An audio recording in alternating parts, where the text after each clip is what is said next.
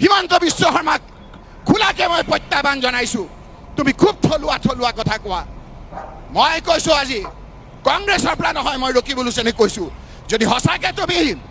জনজাতিৰ পক্ষত আছা 6 জনগোষ্ঠীক তুমি জনজাতিকৰণ কৰা 6 জনগোষ্ঠীক তুমি জনজাতিকৰণ কৰিলে অসমৰ সৰ্বমুঠ যিমান পপুলেশ্যন আছে তাৰ 51% পপুলেশ্যন জনজাতি হৈ যাব আৰু যেতিয়া 51% জনজাতি হ'ব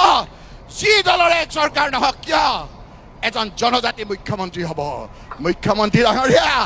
সকলো আপোনালোকে পাৰিব কিন্তু জনজাতি এজনক মুখ্যমন্ত্ৰী হোৱাটো তেওঁ নিবিচাৰে মই উজনি অসমত আহি কৈছোঁ কি কাৰণে তেওঁ উজনি অসমক বেয়া পায় মই নাজানো এই চাবুৱা এই লাহোৱাল এটা ঐতিহ্যপূৰ্ণ সমষ্টি দুটাৰ এটা কৰি দিছিল কোন মানুহখিনিক ঠগোৱা নাই মৰাণ মটক মানুহখিনিক চুতীয়া সম্প্ৰদায় লোকক বঙালী সম্প্ৰদায় হুপা বঙালী মানুহে তেওঁলোকক ভোট দিলে 90%তকৈ বেছি মানুহে ভোট দিলে আজি বঙালী মানুহসকল হাবাথুৰি খাইছে গুৱাহাটীলৈ গৈ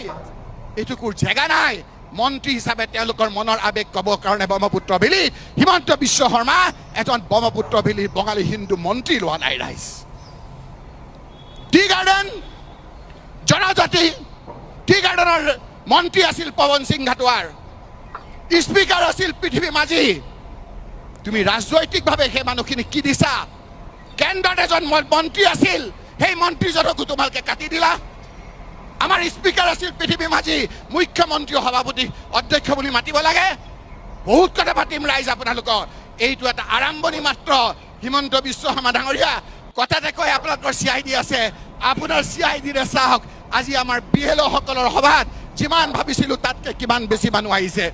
আজিৰ পৰা উজনি অসমত হিমন্ত বিশ্ব শৰ্মাৰ উল্টা খৰ আৰম্ভ হ'ব ৰাইজ মই ক'লোঁ যে সকলো জাতি জনগোষ্ঠীৰ কথা আৰু এটা কথা নক'লোঁ এইবাৰ ইলেকশ্যনত বিজেপিৰ যিবিলাক নিষ্ঠাবান বিজেপি কৰ্মী আছে যিসকলে কংগ্ৰেছক কেতিয়াও নিদিয়ে ভোট সেইসকলেও থিৰাং কৰিছে যে আমি হিমন্ত বিশ্ব শৰ্মাক আঁতৰাবৰ কাৰণে এইবাৰ কংগ্ৰেছৰ পক্ষত আমি ভোট দিম এইবাৰ চাই থাকক সেই বিজেপি সকলো আমাক ভোট দিব সেইকাৰণে আমাৰ BLO সকল আপোনালোক আমাৰ মূল শক্তি ৰিপুণ বৰাই কোৱাৰ দৰে আমি ভোট চুৰ ৰখাব লাগিব এই ভোট চুৰ আমি ৰখাম